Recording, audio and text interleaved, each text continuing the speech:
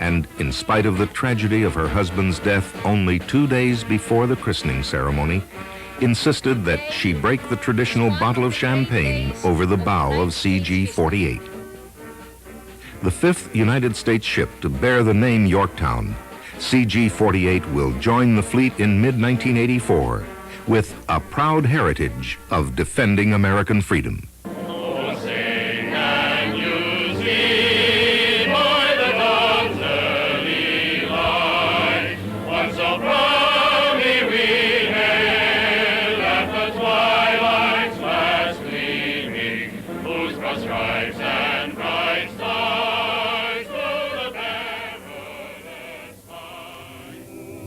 As surely Noah of biblical story lifted his eyes to the heavens while building his ark, so, O Lord, we lift our hearts this day to you as we name this cruiser.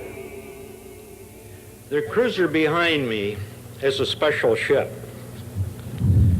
And we have a very special lady today to sponsor that ship. The weapon system that is in the fleet aboard Ticonderoga now and is in the process of being installed in the Yorktown has a capability that far exceeds anything else in the world today.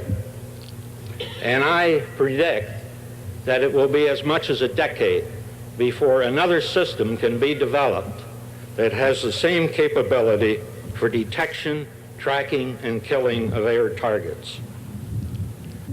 Rear Admiral Myers sends his regrets that he is unable to be here this morning with all of us on this very significant milestone in the life of the cruiser Yorktown. As it does, even as we sit here this morning, Yorktown's sister ship Ticonderoga, commissioned only 3 months ago here at Ingalls, is flawlessly demonstrating her awesome firepower during demanding trials in the Caribbean. And Mrs. Matthews, we rededicate ourselves today in the spirit and courage of you and Nick to ensure that Yorktown will indeed be second to none. Thank you very much. It's a great pleasure for me to be here today and see this mighty warship christened. It comes from a long line of ships and is the second of a class that's extremely important to our Navy. The Ticonderoga has just completed her trials this morning off Puerto Rico in the Atlantic, and the reports that have come to me indicate that she's a superb ship. It's ready to go, and we thank you for helping us to have those kind of ships in our Navy. Not so long ago, one of Virginia's most distinguished citizens, Nick Matthews, said, and I quote, "Our forefathers struggled and built for us a nation which is now the light of freedom and justice for the entire world." God made Yorktown to be a place of history, of sacred soil. We must never forget the heritage of this place and this name. Today we add a major new page in that heritage and that history as we christen the fifth ship of that name.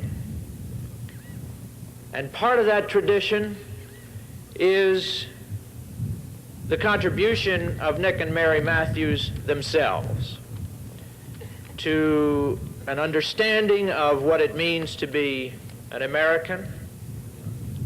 The future of this ship is assured as one of the most distinguished in all naval history, I am sure, because of the spirit and the courage that will be infused in this now cold steel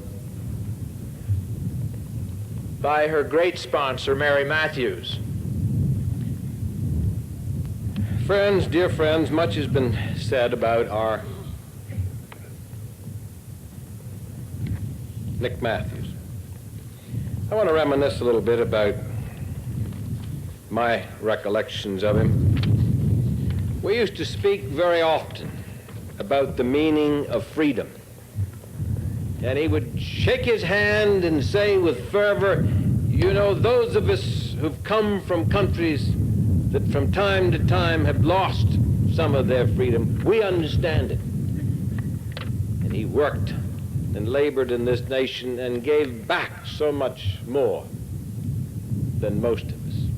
Indeed, these 50 roses here today, sent by Mary, are symbolic of Nick. Nick died as he lived in the service of his country. This ship is the 5th to bear the name Yorktown, and like its predecessors, it is a symbol of the latest technology of the time. The first Yorktown was a 16-gun, 117-foot sloop, proudly served 1839 to 1850. The second was a steel-hulled, twin-screw gunboat with an armored deck, traveling 16 knots. The third Yorktown, an aircraft carrier, indeed an innovation and a leap forward in its own time. And from the 4th to the 8th of May, 1942, the Yorktown fought in the pivotal battle of the Coral Sea, making the first, and I repeat, the first time in naval history that opposing ships engaged one another without ever visually sighting one another. The entire engagement was carried out from the air. In 1943, the Navy launched the 4th Yorktown. This great ship, fondly known as the Fighting Lady, was the second of the Essex-class aircraft carriers, the backbone of the Navy's fast carrier task forces, and the symbol of the most successful decades to date in naval aviation. The ship today, the Aegis-class cruiser, which will proudly bear the name Yorktown through the next century, adds a new defensive perimeter